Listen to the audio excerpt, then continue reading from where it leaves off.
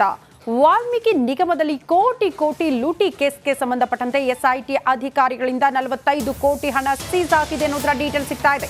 ಹೈದರಾಬಾದ್ನ first finance ಬ್ಯಾಂಕ್ನಲ್ಲಿದ್ದ ಹಣ ಸತ್ಯನಾರಾಯಣ್ ಒಡೆತನದ ಫಸ್ಟ್ ಫೈನಾನ್ಸ್ ಸಹಕಾರಿ ಬ್ಯಾಂಕ್, ಇದೇ ಬ್ಯಾಂಕ್ ಖಾತೆಗೆ 94.73 ಕೋಟಿ ಹಣ ವರ್ಗಾವಣೆಯಾಗಿದೆ.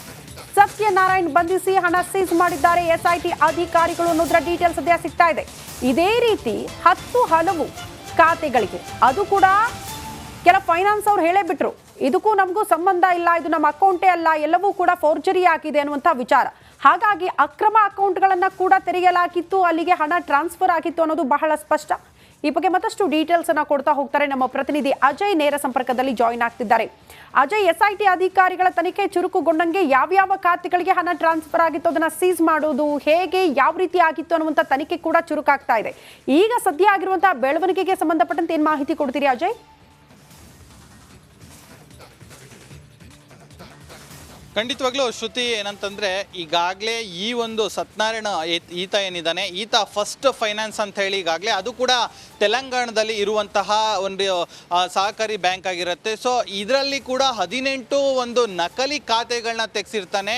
ಆ ನಂತರ ಇಲ್ಲಿ ಟ್ರಾನ್ಸಾಕ್ಷನ್ ಆದಂತಹ ಏನು ವಾಲ್ಮೀಕಿ ನಿಗಮದ ಹಣ ಏನಿರುತ್ತೆ ಅದಕ್ಕೂ 90ಕ್ಕೂ ಹೆಚ್ಚು ಕೋಟಿ ಹಣ ಇಲ್ಲಿ ವರ್ಗಾವಣೆ ಆಗಿತ್ತೆ ಅಂತ ಹೇಳಿ ಕೂಡ ಗೊತ್ತಾಗಿರುವಂಥದ್ದು. ಈಗ SIT ಅಧಿಕಾರಿಗಳು ತಕ್ಷಣ ಮಾಡುವಂಥ ಕೆಲಸ ಅಂದರೆ ಆ ಬ್ಯಾಂಕ್ನ ಅಕೌಂಟಲ್ಲಿ ಹಣ ಇದೆಯಾ ಅಂತ ಹೇಳಿ ನೋಡ್ತಾರೆ. ಹೌದು, ಆಗ ಅಲ್ಲಿ ಹಣ ಕೂಡ ಇರುತ್ತೆ. ಸೊ ಹೀಗಾಗಿ 45ಕ್ಕೂ ಹೆಚ್ಚು ಕೋಟಿ ಹಣವನ್ನು ಈಗಾಗಲೇ ಸೀಸ್ ಕೂಡ ಮಾಡಿರುವಂಥದ್ದು. ಅಂದರೆ ಇದು ಯಾವಾಗಲೂ ಕೂಡ ಒಂದು ರೀತಿ ಪ್ರೊಸೀಜರ್ ಆಗಿರುತ್ತೆ. ಯಾಕಂದರೆ ಯಾರೇ ಒಬ್ಬ ಆರೋಪಿ ಆಗಿರ್ಬೋದು, ಆತನ ಖಾತೆಯಲ್ಲಿ ಏನಾದರೂ ಹಣ ಇದ್ದರೆ ಆತ ಏನಾದರೂ ಈ ರೀತಿಯಾಗಿ 420 IPC 420 ಸೆಕ್ಷನ್ ಅಂದರೆ ನಡಿ ಈಗ ಶುರು ಮಾಡೋಣ. ಕೇಸರಿಯಿಂದ ಮನೋಲ್ಲಾಸ ಮನಸ್ಸು ಮತ್ತೇರಿ ಕುಣಿದಾಡಿದೆ ನೋಡು, ಮನಸ್ಸು ಮತ್ತೇರಿ ಕುಣಿದಾಡಿದೆ ನೋಡು. ಕ್ಷಣ ಕ್ಷಣವೂ ಆಚರಿಸಿ ಕೇಸರಿ ಹಬ್ಬ. ವಿಮಲ್ ಬಾಯಲ್ಲಿ ಹೇಳಿ ಕೇಸರಿ.